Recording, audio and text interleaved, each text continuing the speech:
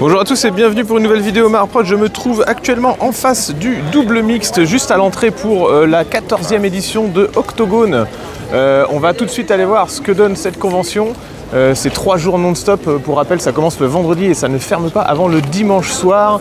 Et on va tout de suite aller voir principalement la figurine, mais faire des interviews avec les intervenants et puis voir plein de nouveautés et découvrir des nouveaux jeux. Allez, c'est parti tout de suite maintenant.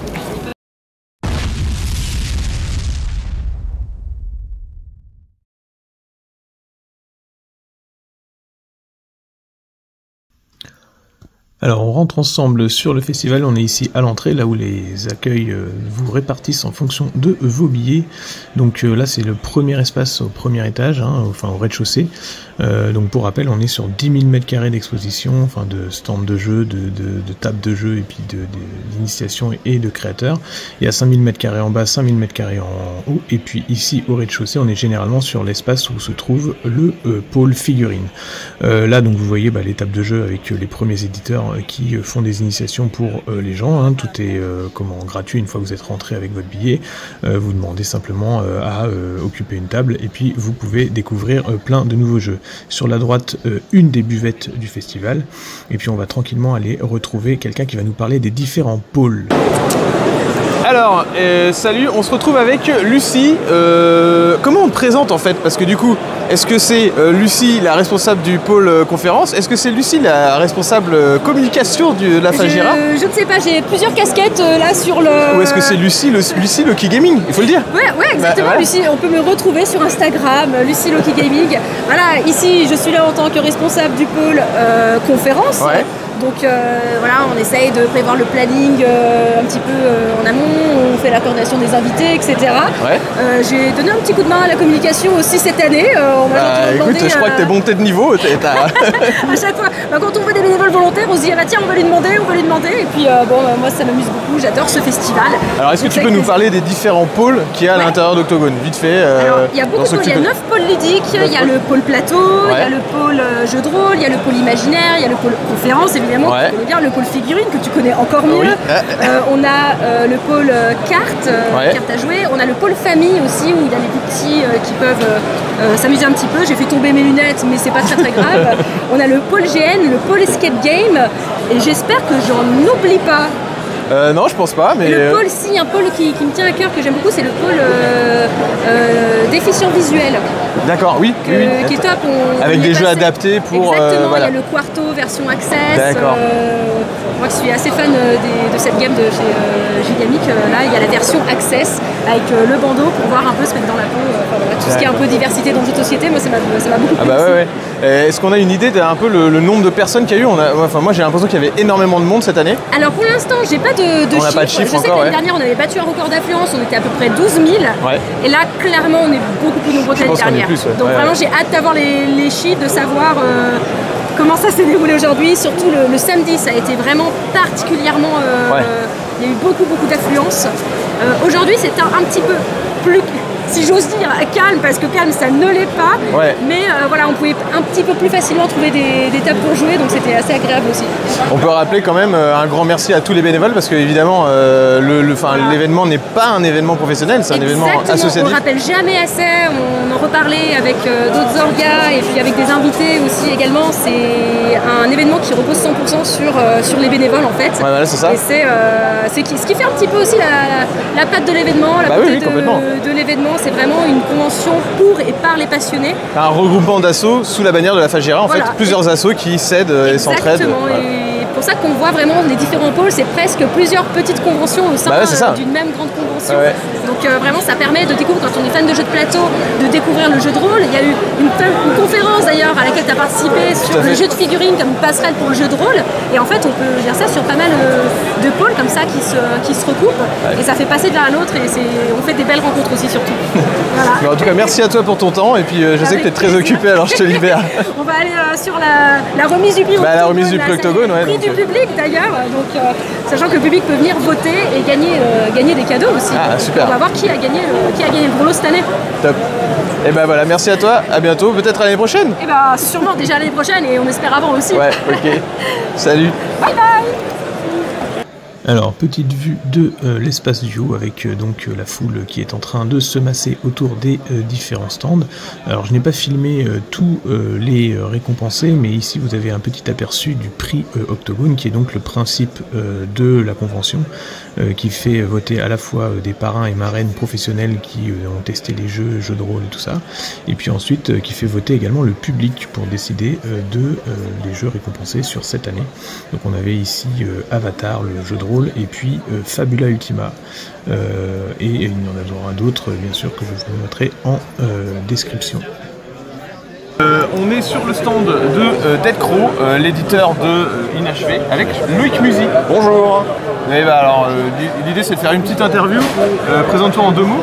En 2 mots, Loïc Musy. Alors moi je suis illustrateur dans le milieu du jeu de rôle depuis une bonne dizaine d'années maintenant, depuis 2011, si je ne dis pas de bêtises. Et donc j'illustre essentiellement l'Appel de Cthulhu. Je travaille chez Chaosium, en in-house comme ils disent les Américains. On crée des jeux. Et du coup avec Inachevé tu deviens auteur un peu, alors pas qu'un peu, je suis créateur de l'univers à la base. J'ai créé l'univers, je l'ai proposé à plein d'éditeurs, mais à chaque fois c'était trop chelou pour eux. En tout cas ça manquait d'orques et de gobelins pour que ça soit plus facilement vendable. Et il y a Dead Crow qui a dit moi je prends le risque, moi je suis fou. Et surtout il y a Tricky Stuff qui lui est vraiment tombé amoureux de l'idée. Qui est le deuxième co-auteur. Voilà, qui est devenu le co-auteur, et même limite c'est lui qui écrit, parce que moi je suis pas écrivain, je suis dessinateur. Et écrire c'est un métier. Et Tricky Stuff, lui il a pris l'univers en main. Il lui a donné bien plus que ce que j'avais demandé à la base, parce qu'à la base... Si tu pitches le truc hyper rapidement, ça donne quoi? Ça donne, vous incarnez des sculptures faites de terre et d'armature qui se réveillent sur un piédestal. Elles ont été abandonnées par leur créateur et elles doivent trouver un sens à leur existence en se trouvant une âme pour devenir un chef-d'œuvre. Et donc des sortes d'encre, en fait, c'est ça? C'est ça, c'est des encres, c'est des espèces de pics qui se mettent. Ça peut être un bâton, ça peut être une arme.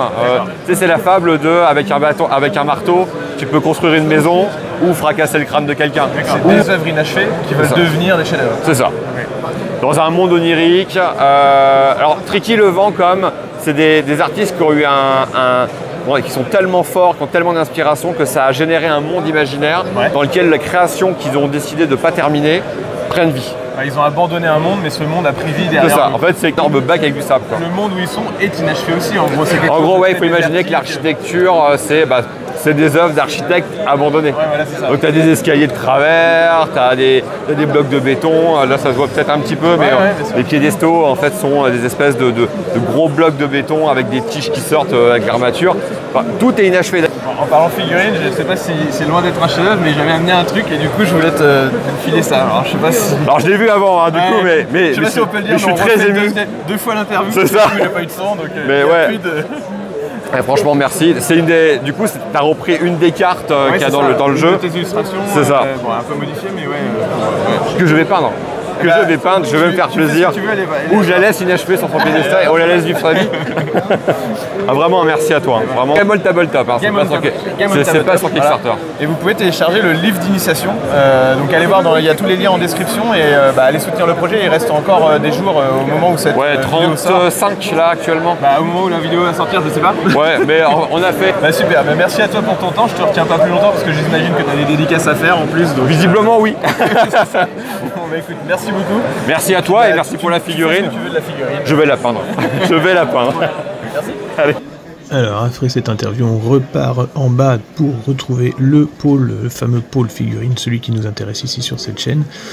Donc on avait de nombreux éditeurs qui étaient présents comme d'habitude. Vous aviez donc Conquest, Alchemy, TGCM, Oxycat Games, vous avez aussi Brickware Games pour le côté Lego, puis plein de créateurs autour de la figurine, donc Forge Lord 3D, le créateur de la figurine Octogone de cette année, Treat Factory, Torequar Game pour tout ce qui est tapis, décor et plaques pour décorer vos espaces de jeu.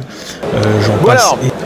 On se retrouve tout de suite ici en direct de l'Octogone et surtout de l'Octopainting avec Alexandre Vallée. Salut. Donc, Alexandre Vallée, Vallée Hobby. peux le dire. Valley Miniature Studio. Valley Miniature Studio. Ouais.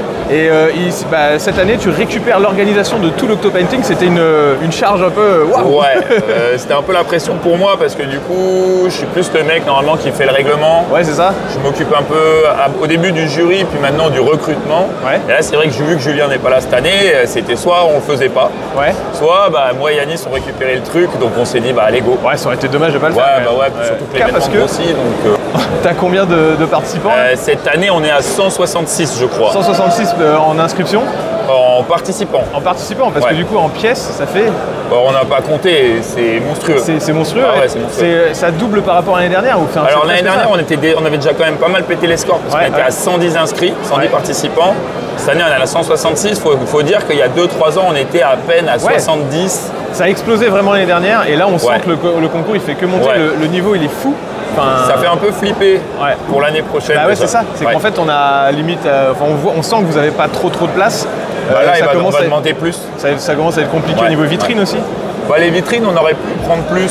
En général, ça suffit, mais on est vraiment... c'est ric-rac, les pièces sont serrées. Là, c'est plus l'espace qui va nous manquer, parce que les vitrines, on peut les avoir, c'est pas un problème. Ça s'est bien passé, du coup Très bien. Très bien. On a une bonne équipe très investie cette année. On n'a pas pris du bénévole qui n'a pas lu les papiers, qui n'a pas eu les infos. Donc non, tout le monde est très investi, ça roule tout seul. On a eu un bon module d'inscription en ligne fait par un copain qui a marché du tonnerre. Ça, c'est vrai que ça gagne du temps, ça. Ouais. Alors après, toujours pareil, il y a des infos qui ne se sont pas lues ou qui ont été diffusées trop tard ou sur les mauvais canaux. Donc il y a 2-3 infos qui se sont ratées. Mais non, on est très content de la version. Enfin, moi, j'en suis très content. On va voir si à la fin, les participants sont contents aussi. Quoi. Et le jugement s'est bien déroulé, c'était... Toujours pareil, les juges, on les connaît bien. On les trie tous sur le volet. C'était génial. Génial. On n'avait que 5 juges. Donc on a fait 2 équipes avec que 5 juges, mais ça s'est super bien passé. Girio, il a fait un peu les 2 équipes. Nickel, puis que des mecs bienveillants, donc du coup je pense que les retours cet après-midi ça va être cool. Bon c'est top, et pour ceux qui connaissent pas ce genre de concours, on est en système open, donc en gros vous n'avez pas un seul podium avec un seul bronze, un seul argent, un seul or. Tout le monde peut être récompensé à hauteur de son niveau sur des catégories comme débutant confirmé jusqu'à master. Mais il pourrait y avoir, 10 argents, 2 bronzes et pas d'or s'il n'y a pas de niveau or. En gros, on est primé à la qualité de son travail et on n'est pas trié comme un concours podium à la préférence du jury. C'est ça. Vraiment, on donne une valeur à votre travail et si vous méritez l'or et que vous êtes 25 à devoir avoir un or, vous aurez 25 or. Pas de problème. Les choses intéressantes, ils font des retours. Donc du coup, quand vous faites ce genre de concours, c'est bien d'aller voir les juges et tout. Et c'est vachement bien de pouvoir justement savoir ce qui n'a pas été, savoir ce qui était bien aussi. Parce que du coup, c'est... Ouais, alors ça, c'est dur à avoir des retours dans les concours conventionnels. Parce que du coup, on arrive, on pose ses figurines. On en repart, on reprend ses figurines. Les juges, on leur parle pas. Là, on a vraiment un créneau du coup cet après-midi où les juges vont être à une table et chacun va pouvoir sortir sa figurine de la vitrine et prendre du retour, du conseil, des pistes d'amélioration. Je pense que c'est un des gros points forts du truc et c'est ce qui fait venir de plus en plus de gens. C'est parce qu'on n'arrive pas, on repart pas avec soit rien, soit une médaille, on part avec du conseil, de l'encouragement. Encore une fois, on n'a que des mecs bienveillants, donc on n'est pas là pour casser les gens, au contraire, on est là pour pousser le hobby en avant. Et on se rend compte qu'on arrive à motiver pas mal de gens qui au début n'osaient pas montrer leur travail. Et ça rend trop content. Merci à toi. Avec plaisir, Joseph. Retour dans les espaces du pôle figurines avec toutes les tables de jeux sur lesquelles vous pouvez retrouver plein de jeux différents. C'est un peu comme les éditeurs. Ici, vous aviez des associations ou des particuliers qui vous présentaient leurs jeux phares avec souvent de très belles tables. C'était l'occasion de découvrir plein de jeux différents. Il suffisait donc de se poser à côté de l'initiation pour tester le jeu. Vous voyez, il y a énormément de choses. J'ai vu du Infinity, j'ai vu du AD plus Titanicus. Il y avait évidemment tous les petits jeux du genre Necropolis, les jeux de chez Alcyon Studio qui sont des jeux agnostiques sur lesquels vous pouvez utiliser n'importe quelle figurine. Et puis, une nouveauté cette année, on avait mis les tournoyeurs dans une autre salle.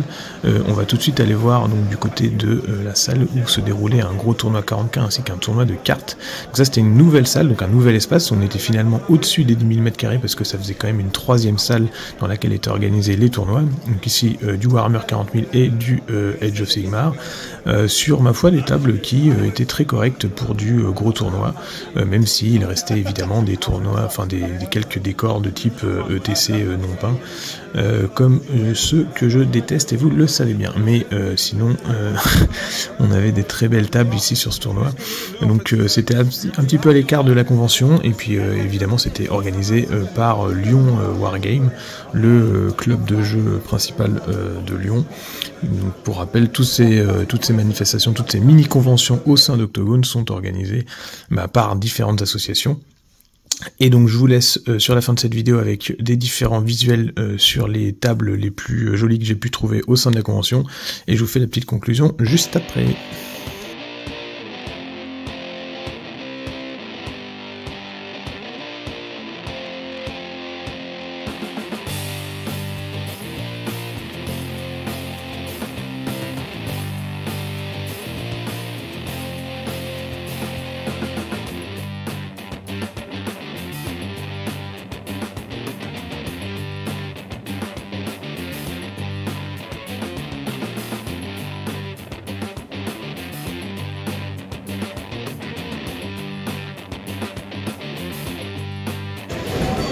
Alors comme d'habitude, c'est un peu à la fin du festival, quand on a fait les 3 jours et qu'on est un peu fatigué, on se rend compte qu'on a oublié de faire une conclusion, donc tout le monde est en train de remballer derrière moi, mais je suis à la fin d'Octogone.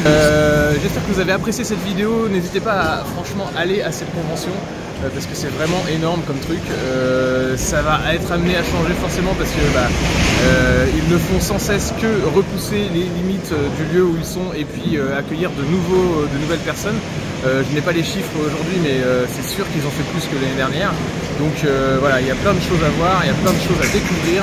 C'est une superbe aventure que de voir que la Fagira réussit à faire une convention comme ça, parce qu'on rappelle que c'est que de l'associatif, un regroupement d'associations qui organise ça, et ça, juste ça, c'est à soutenir. Donc merci à vous, n'hésitez pas à exploser le bouton de pouce bleu, je ne le dis pas assez, mais c'est très important pour continuer à faire ce que je fais. N'oubliez pas que j'ai différents réseaux, Instagram, Facebook, ici sur YouTube, mais également Twitch. Pour ceux qui peuvent, j'ai également un Tipeee. Et puis à bientôt à tous et bon modélisme!